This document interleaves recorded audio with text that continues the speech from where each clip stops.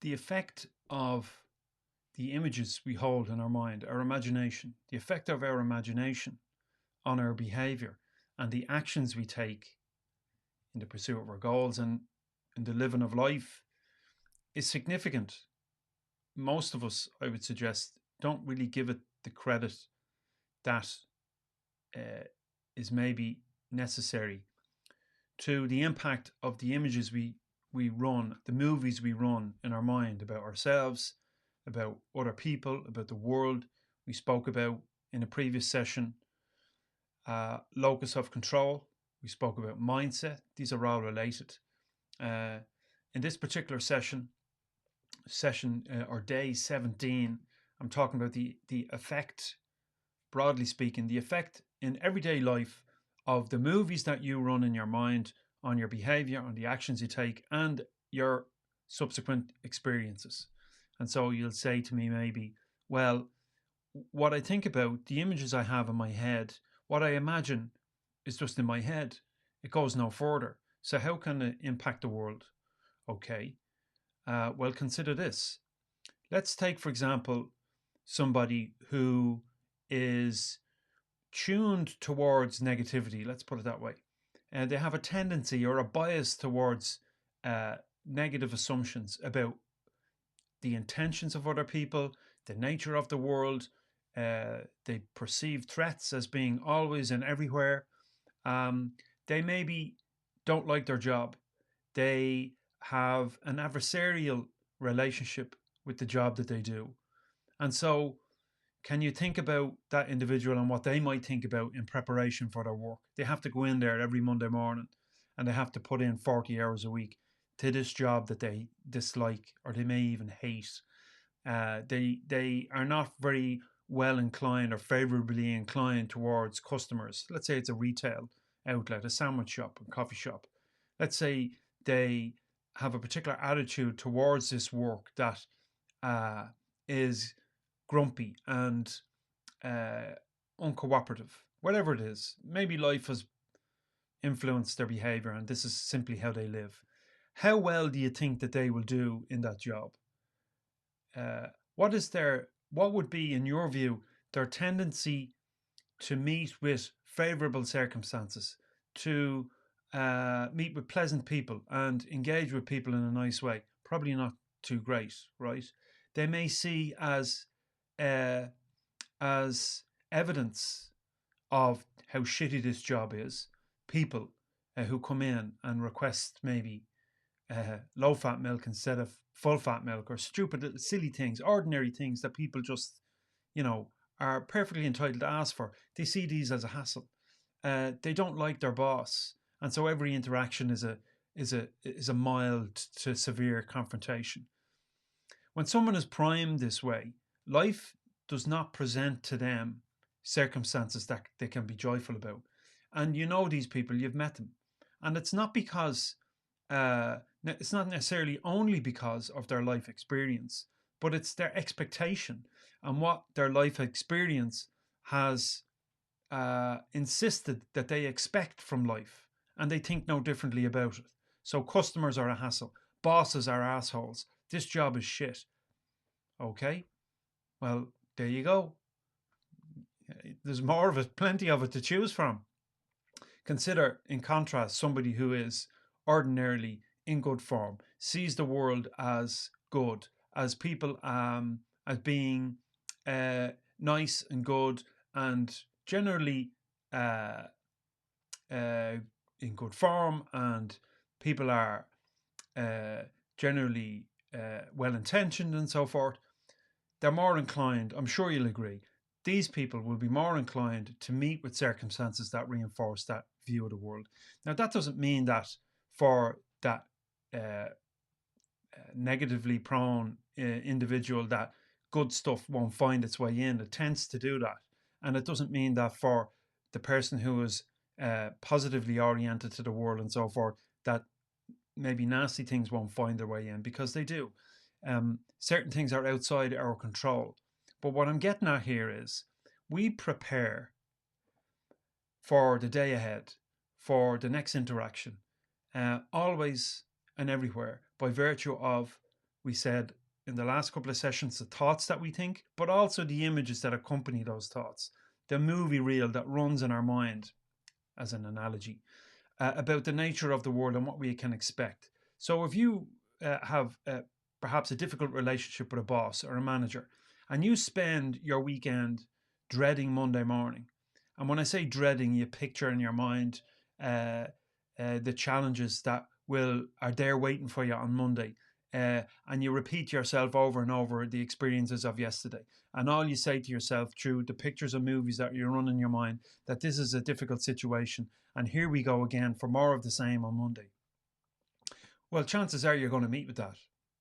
And what I'm suggesting is, if this is true, if somebody that you're working with isn't very pleasant and your prior experiences have not been positive, that needs to be okay, because for things to improve, you've got to change your mind about it. Now, that requires a little bit of work on your part. It requires you to consider the alternative. I spoke about this yesterday on day 16. Consider the alternative scenario that may be possible. So maybe, maybe they have a lot to deal with at home. Maybe they're uptight because they're under pressure financially. And maybe it's nothing to do with me at all. Maybe they're not very pleasant towards me, okay, but maybe they're not pleasant towards everybody. And maybe that's a challenge that they're struggling with. And it doesn't have to be about me. So, okay, does that sound true? Yeah, well, okay, it sounds kind of true. Okay, so what would be a scenario? What would be a slightly better scenario? How might tomorrow go differently? And then begin to play with that. Begin to imagine a different scenario and purposely sit in your seat or lie in your bed and close your eyes and imagine the situation playing out differently.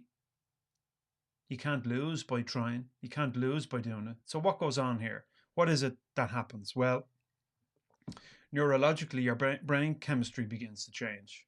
There's a little part of your brain called the amygdala, colloquially referred to as the fear center. And when you and I are insistent that the world is shit, that danger lies everywhere, and we're tuned towards fear and protecting ourselves, the amygdala lights up like a Christmas tree. Now, the amygdala serves a purpose neurologically in order to activate the HPA axis, the flight or fight response in your body. Right? It has a purpose. But where our sense of fear and negative expectation is heightened and prolonged, that creates problems in our body, and our body begins to break down through high levels of cortisol present in the blood. And so when I sit here in my seat and I imagine a shitty day tomorrow, my body experiences it now. Tomorrow hasn't happened yet, but here I am running this movie in my mind about how bad tomorrow is going to go, and I'm not even there yet. And meanwhile, my body is experiencing all of these negative emotions, knot in my stomach, sweaty palms, a sense of anxiety, okay, by virtue of the movie that's running in my mind. And so in order to escape this loop, this not a negative feedback loop, it's a self-reinforcing loop, you must begin to defuse that situation. And you do that by imagining a different scenario. Now, that's managing anxiety, and we'll talk more about that in a later session, and more about the stress response in a future session on emotional agility. But for now, understand that the thoughts, the images, the movies that run in your mind affect your body and your expectations, your psychology right now. And so when you consider the reality, which is all you have is now, tomorrow never comes, what you think about and what you visualize and what you imagine about yourself and other people matters. It matters absolutely.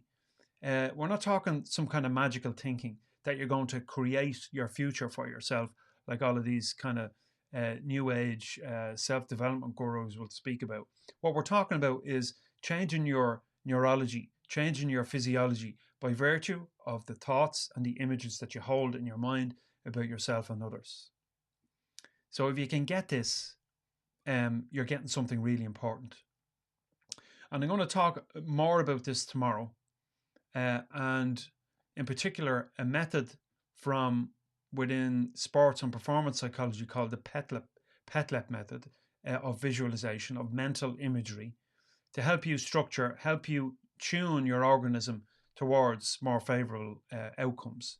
Um, and that's what you're doing. If you tune your mind and to what you want, um, if you play with the notion that you can imagine a better future, well, then it just might be that you will be exposed to better circumstances. Um, I may not have convinced you yet, but I don't want to take you down the road of this hyper positivity rubbish, because you can get caught up in all of that. And proponents of this kind of create your own reality, create your own future, and so forth, simplify what they want a simple answer to the truth. And I'm giving you the psychology of it and the neuropsychology of it because I've done the research. Okay. So if you want to find out about how this actually works, about how mental imagery becomes operational and can impact your life experiences, your work experiences, and so forth, stay tuned. We'll be talking more about this over the next 2 days. Mental imagery is a key skill, a key psychological skill in mental health, positive mental health, um, positive expectation for the future, optimistic outlook, building resilience, and so forth. Shit will happen, difficulty will arise, and this practice of mental imagery is a process whereby you can begin to dictate your mental and emotional state right now. Stay tuned tomorrow. For tomorrow, we'll have another session on this. This is considered as an introductory session to mental imagery, okay? And we'll talk more about this PETLEP method coming up, and some key aspects to look out for as you develop this skill, okay? Mental imagery. More tomorrow on this. This is part of 30 Days of Mental Skills. Thanks for watching. Thanks for listening. Available on all podcast platforms, YouTube, Substack, you name it. Thanks for watching. See you tomorrow.